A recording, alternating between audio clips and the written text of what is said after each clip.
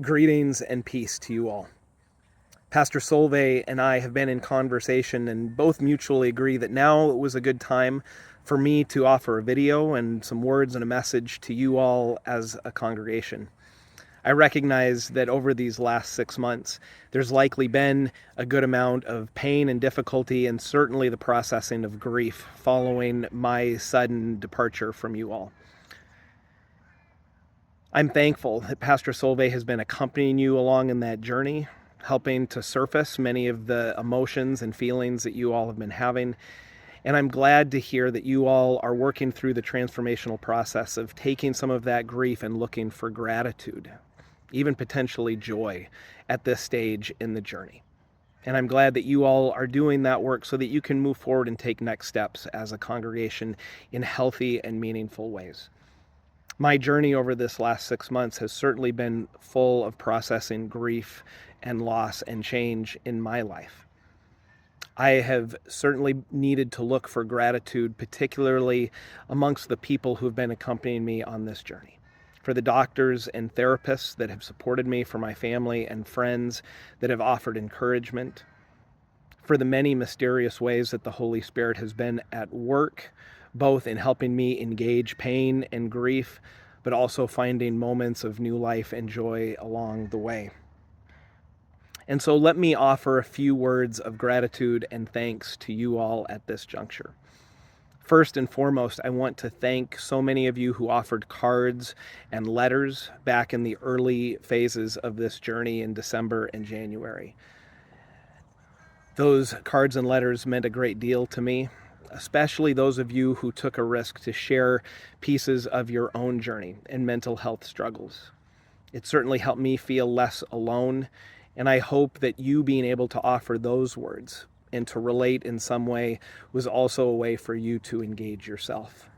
So thank you. I am deeply grateful for your prayers and your support and your concern at a time that felt so I'm sure so difficult and so uncertain.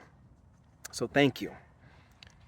I also want to offer heartfelt thanks and gratitude for the many relationships that you all offered to me over these last 3 years.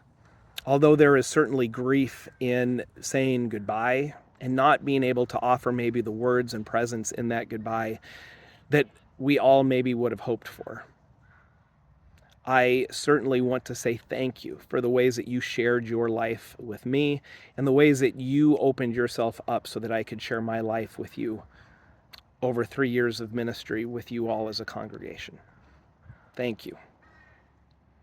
I want to also offer thanksgiving and gratitude for the many ways that you supported the ministry and work that we were about as a congregation over these 3 years. Everything from the recovery from the COVID pandemic, to investing in things like our live stream worship, to creative and innovative new ways of leadership, of how you supported our staff, Kim and Troy and Todd and Jonathan and Hector, in being life-giving servants of the church and in changing their roles to best serve you all as a congregation.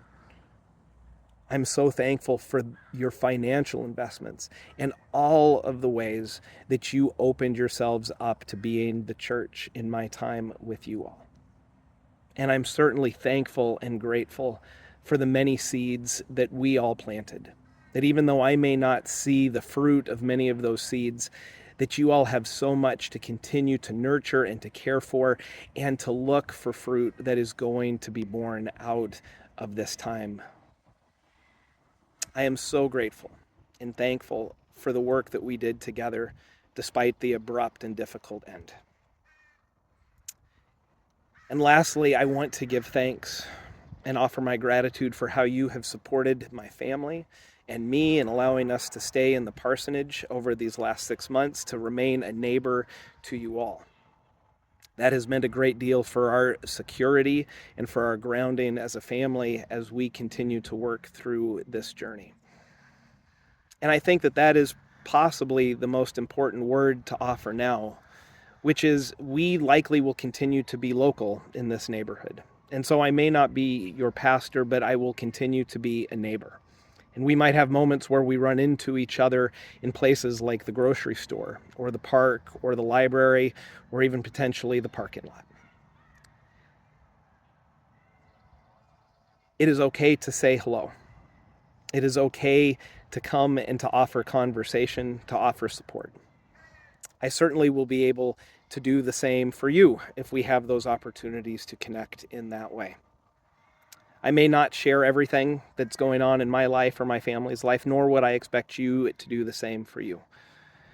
But it is okay. It might feel awkward at first. Certainly in these moments of reconnecting, there is an awkwardness. But please know that our journey now is to how to look to one another as neighbors, how we love and care for one another, whether it might be a brief encounter or the work that we will find ourselves engaged with together in the broader community into the future. I will continue to pray for you all as a congregation and as people as we go forward.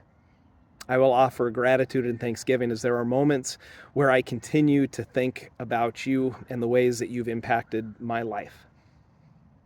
And I am so grateful and thankful for your prayers, how you continue to support me even in ways that I may not understand or know, as well as for the ways that you pray for my family at this time.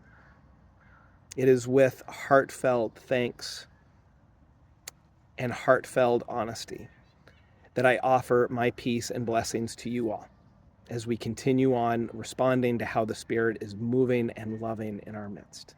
May God's peace and grace be with all of you.